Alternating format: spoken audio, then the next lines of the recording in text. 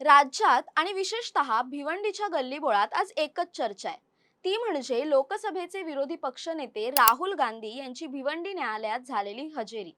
2014 पासून सुरू असलेल्या एका मानहानीच्या दाव्याने आज पुन्हा एकदा वेध घेतलेत. पण ही भेट केवळ न्यायालयीन कामापुरती मर्यादित आहे की यामागे काही मोठे राजकीय संकेत दडलेले आहेत? राहुल गांधींना नवीन जामीनदार का द्यावा लागला? या सर्व प्रश्नांची उत्तरं आज या व्हिडिओच्या माध्यमातून जाणून घेणार आहोत. नमस्कार, मी संचारी आकेरकर आणि आपण पाहताय टाइम महाराष्ट्र. प्रकरण जुनं आहे पण त्याची तीव्रता आजही कायम आहे. 2014च्या लोकसभा निवडणुकीचा प्रचार शिगेला पोहोचला होता. भिवंडीतील सोनाळे गावात राहुल गांधींची जाहीर सभा झाली. या सभेत बोलताना राहुल गांधी यांनी राष्ट्रीय स्वयंसेवक संघाबद्दल एक विधान केलं, ज्याने संपूर्ण देशात खळबळ माजली. महात्मा गांधींच्या हत्येमागे संघाचा हात असल्याचा आरोप त्यांनी केला होता. या विधानामुळे संघाची प्रतिमा मलिन झाल्याचा दावा करत आरएसएसचे कार्यकर्ते राजेश कुंटे यांनी भिवंडी न्यायालयात धाव घेतली आणि भादनसम कलम 500 अन्वये मानहानीचा खटला दाखल केला. गेली 9 ते 10 वर्ष ही न्यायालयीन प्रक्रिया सुरू आहे. या काळात राहुल गांधींना 3 वेळा प्रत्यक्ष न्यायालयात हजर राहावं लागलं. आता प्रश्न पडतो की इतक्या वर्षानंतर अचानक राहुल गांधींना पुन्हा जामिनासाठी का यावं लागलं? तर त्याचं कारण तांत्रिक आहे. याआधी राहुल गांधींना जेव्हा जामीन मिळाला होता तेव्हा त्यांचे जामीनदार म्हणून काँग्रेसचे ज्येष्ठ नेते आणि माजी केंद्रीय गृहमंत्री शिवराज पाटील चाकूरकर उभे राहिले होते. मात्र गेल्या वर्षी शिवराज पाटील यांचं निधन झालं. कायदेशीर प्रक्रियेनुसार जामीनदाराचे निधन झाल्यास आरोपीला नवीन जामीनदार सादर करावा लागतो.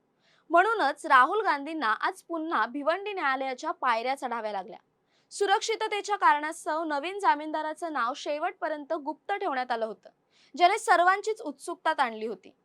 आज सकाळी जेव्हा राहुल गांधी न्यायालयात पोहोचले तेव्हा कडेकोट पोलीस बंदोबस्त तैनात होता. राहुल गांधींचे वकील नारायण अय्यर यांनी दिलेल्या माहितीनुसार आज न्यायालयात नवीन जामीनदार स्वीकारण्याची प्रक्रिया पार पडली. प्रदेशाध्यक्ष हर्षवर्धन सपकाळ यांच्या उपस्थितीत हा नवीन जामीन सादर करण्यात आला. भिवंडी न्यायालयामध्ये आले होते. आज राहुलजी भिवंडी न्यायालयात आले होते.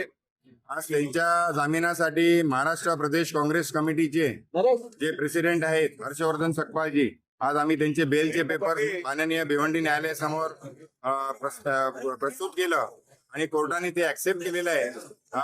फ्रेश जामीन देण्याचं कारण असं की नुकतंच आपल्या सर्वांना माहिती असेल की माननीय शिवराज पाटील चाकूरकर साहेब यांचं निधन झालं आणि त्यामुळे भारतीय नागरिक सुरक्षा संहितेनुसार प्रत्येक आरोपींना नवीन फ्रेश जामीन देणं बंधनकारक आहे.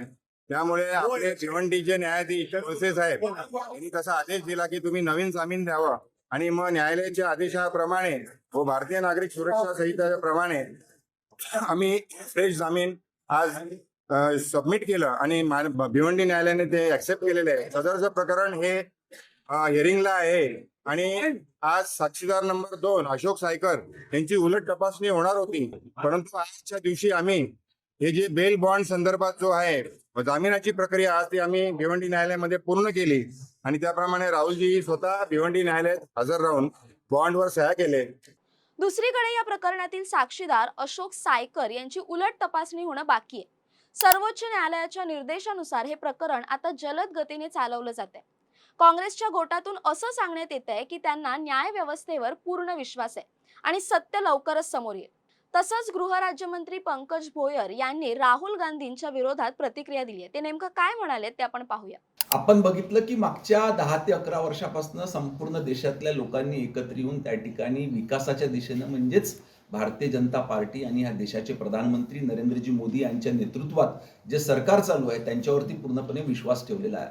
असं असताना येणाऱ्या प्रत्येक निवडणुकीमध्ये मिळणारं अपयश बघून त्या ठिकाणी राहुल गांधी हे कुठलं ना कुठलं चुकीचं वक्तव्य करून देशातल्या राज्यातल्या जनतेचं लक्ष वेधण्याचा प्रयत्न त्या ठिकाणी करत असतात. परंतु आज या देशातल्या या राज्यातल्या जनतेचा पूर्णपणे विश्वास हा भारतीय जनता पार्टी आणि महायुतीच्या सरकारवर बसलेला आहे. त्याच्यामुळे अशा पद्धतीची कुठलीही कृती राहुल गांधींनी केली तरी जनता त्याकडे लक्ष देणार नाही. न्यायालयीन प्रक्रियेच्या पलीकडे जाऊन पाहिलं तर राहुल गांधींचा हा दौरा राजकीय दृष्ट्या देखील खूप महत्त्वाचा आहे. विशेष म्हणजे भिवंडी महापालिकेत नुकताच एक मोठा राजकीय चमत्कार घडलाय.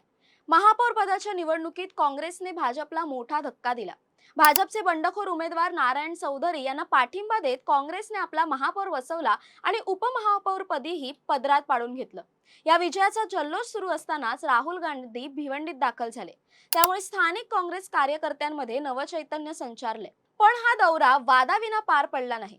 मुंबईच्या मुलुंड परिसरात राहुल गांधींना काळे झेंडे दाखवून विरोध करण्यात आला. या घटनेचे तीव्र पडसाद भिवंडीत उमटले. काँग्रेस कार्यकर्त्यांनी रस्त्यावर उतरून भाजप सरकार आणि पोलीस प्रशासनाविरुद्ध जोरदार घोषणाबाजी केली.